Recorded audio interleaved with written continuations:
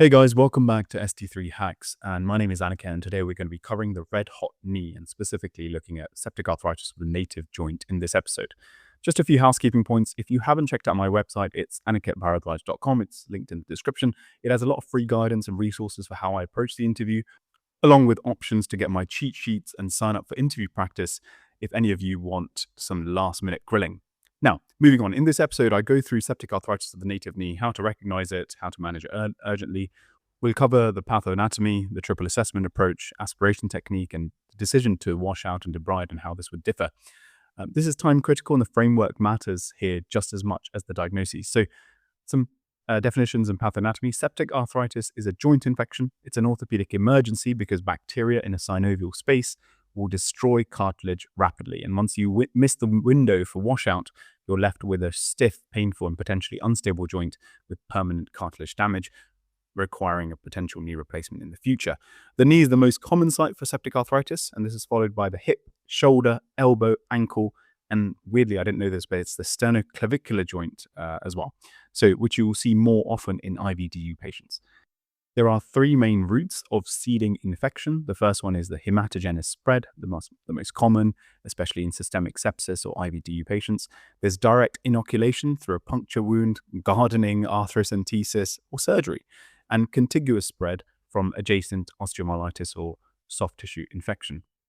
So the organism matters here. So Staphylococcus aureus, as we've heard, to death since MRCS causes over 50% of our cases, and that's kind of our first thought, but staph and strep together account for 91%.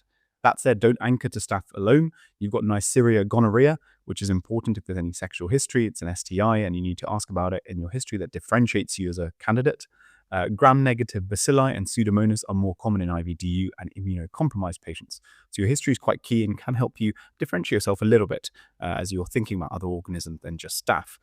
The critical point here is that the joint cartilage has no blood supply, so once bacteria kind of get into the synovium, they produce enzymes that destroy the cartilage. So you want to make your decision fast. Let's move on with our triple assessment. So we start with our Socrates pain history. When did it start? Is it constant, intermittent? What makes it better and worse? But more importantly, you're asking about systemic symptoms, fever, chills, rigors. Are they suggesting sepsis or septic shock, not just monoarthritis? You need to get your ample history, so let's just go through it once. I haven't actually gone through it in the previous episode. So allergies, medications, especially steroids and immunosuppressants in this case, which increase risk. Past medical history of gout, diabetes, rheumatoid arthritis, all increase risk. Their last meal and events leading up to it as you're prepping the patient potentially for theatre. Ask about IVDU, any recent joint injections. This could be a source of direct seeding. Skin infections, urinary symptoms, sexual history. The history often guides you to the organism. Now, moving on to the examination, you've got your look, feel, move assessment. I would try and assess their gait and see if they can weight bear on that leg. I want to assess the passive and active range of movement. I want to check for any signs of effusion. I do the patella tap test. I do a thorough neurovascular assessment of that lower limb. And I'd be very cautious to observe any sinus tract to the joint, which is a red flag sign, okay? Now, moving on to investigations, you want your bedside investigations, observations, temperature, heart rate, blood pressure, respiratory rate. You're basically looking out for sepsis, which can present subtly, especially in the elderly or immunocompromised. Bloods, you want your FBC, UNE, CRP, ESR, both of which are usually elevated, although ESR lags behind CRP. You want your urate level because gout is a differential. You want to take blood cultures before antibiotics if possible. So here you want to check if A&E have already given antibiotics. And lastly, you want to mention you take a venous blood gas for lactate to check for sepsis risk. Now, the joint itself, you want to aspirate it using a non-touch aseptic technique. For the knee, you identify the bony landmark of the patella, use a superior-lateral approach and insert the needle at 45 degrees towards the tibial spine. Send the aspirate for gram stain, MCNS, microscopy, culture, and sensitivities. Also for crystals and birefringence testing, you need to rule out crystal arthropathy because gout and sepsis can coexist, and you need to know which one you're dealing with. Key findings suggestive of an infection is a purulent or cloudy aspirate, raised white cell count in the joint, glucose less than 60% of serum glucose, and organisms on the gram stain. You also don't want to forget your plain x-ray, so AP and lateral views, looking for any effusion, any associated fracture or pathology, and establish a baseline for their joint. Other joints that you can aspirate, I'm going to just give you a brief overview. The ankle, you've got the anterior medial joint space between the tibialis anterior and EHL. You insert the needle at 30 to 45 degrees posteriorly towards the talus. For the shoulder, you've got the posterolateral soft spot, 2 centimeters inferior medial to the acromion, and you advance the needle anteriorly and medially towards the coracoid. The elbow, you locate the soft spot between the lateral epicondyle and the radial head. And the olecranon, you kind of supinate and pronate your forearm to find where the spot is. You insert the needle at 90 degrees directed medially into the joint space.